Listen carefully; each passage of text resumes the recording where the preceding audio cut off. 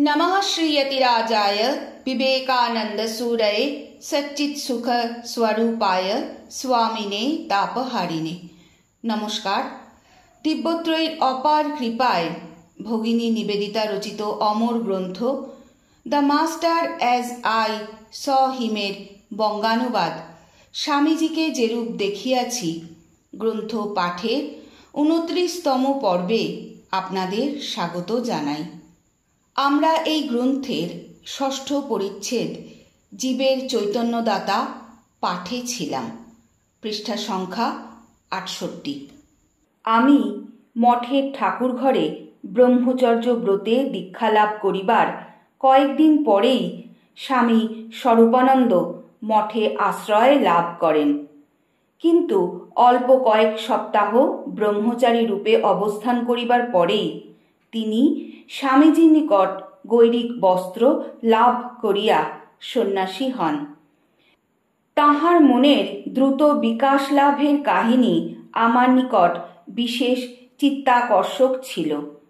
বাল্যকালে তিনি বৈষ্ণব ধর্মমতে লালিত হইয়াছিলেন। এই মতে ঈশ্বরকে দয়াল প্রেমময় প্রভু ও জগৎপাতা এবং শ্রীকৃষ্ণকে অবতার ও জগৎত্রাতা রূপে ধারণা করা হইয়া থাকে। বস্তুত এই ধারণা পাশ্চাত্য খ্রিস্ট ধর্মেরই অনুরূপ। কিন্তু ইহার পরে সচরাচর সকলের জীবনে যেরূপ ঘটিয়া থাকে তাহাকেও সেই বিতৃষ্ণার সম্মুখীন হইতে হয়। তরুণ বয়সে হৃদয়ে যখন পরোপকার বৃত্তি প্রবল থাকে সেই সময়ে তিনি কয়েকটি ঘটনা প্রত্যক্ষ করেন, যাহা তাঁহার নিকট অত্যন্ত অবিচারমূলক বলিয়া মনে হইয়াছিল। ফলে তিনি এই মর্মান্তিক সত্য হৃদয়ঙ্গম করেন যে এ জগতে বলবানেরই জয় এবং ঈশ্বর পরম কারণিক শৈশবকালের এই মধুর কল্পনায় আর বিশ্বাস রাখিতে পারেন না। একটি কাহিনী আমার মনে আছে। একদিন রাস্তায় ভিড়ের মধ্যে যাইবার সময় তিনি দেখেন এক দরিদ্র স্ত্রীলোক হাঁটু গাড়িয়া বসিয়া অনুচ্চস্বরে কাঁদিতে কাঁদিতে ধুলা হইতে একটি একটি করিয়া এক মুঠা চাউল খুঁটিয়া তুলিতেছে। ওই পথ দিয়া এক ব্যক্তি যাইতেছিল। তাহার ধাক্কা লাগিয়া স্ত্রীলোকটির হস্তস্থিত পাত্র হইতে চাউলগুলি মাটিতে পড়িয়া যায়। এই দৃশ্য দেখিয়া স্বরূপানন্দ গভীর দুঃখে চিৎকার করিয়া উঠিয়াছিলেন। ঈশ্বর যদি থাকেন তবে তিনি কি করছেন? কেন তিনি এই সব ঘটনা রোধ করেন না? এই ধরনের 2-3টি ঘটনা এক বৎসরের মধ্যে তাহাকে এরূপ তীব্র মানসিক যন্ত্রণার মধ্যে ফেলিয়া দিল যে জীবনে আর কখনো অটুট স্বাস্থ্য কাহাকে বলে তিনি জানিতেন না। কিন্তু পরে ওই দুঃখ হইতে নিষ্কৃতি লাভ করিয়া তিনি পরম শান্তি লাভ করেন। জীবনের প্রতি এক অপরিবর্তনীয় দৃষ্টিভঙ্গি ওই শান্তির মূল। তিনি কৃতসংকল্প হইলেন স্বপ্ন ভাঙিয়া ফেলিতে হইবে। অর্থাৎ ভগবান বুদ্ধের আবির্ভাবের পূর্বে এবং পরে সহস্র সহস্র ভারতীয় ব্রহ্মচারীর ন্যায় তিনিও একই সিদ্ধান্তে উপনীত হইলেন।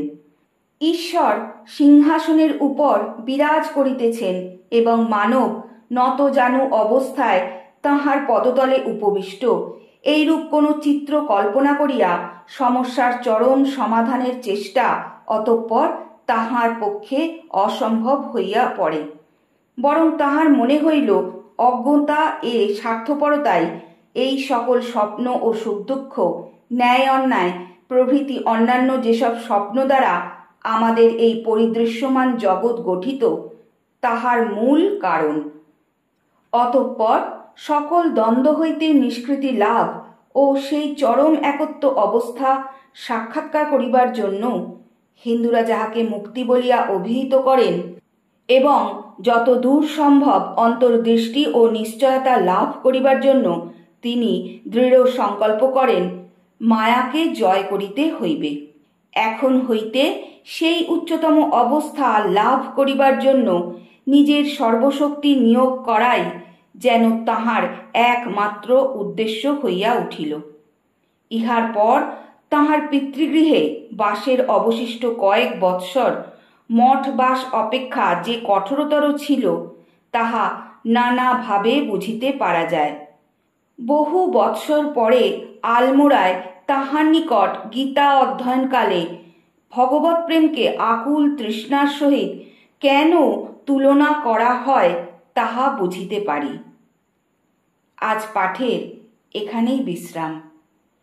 ওং পরতত্ত্বে সদা লীনো রামকৃষ্ণ সমজ্ঞয়া यो धर्म स्थापनरतो वीरेशं तं नमाम्यहम्।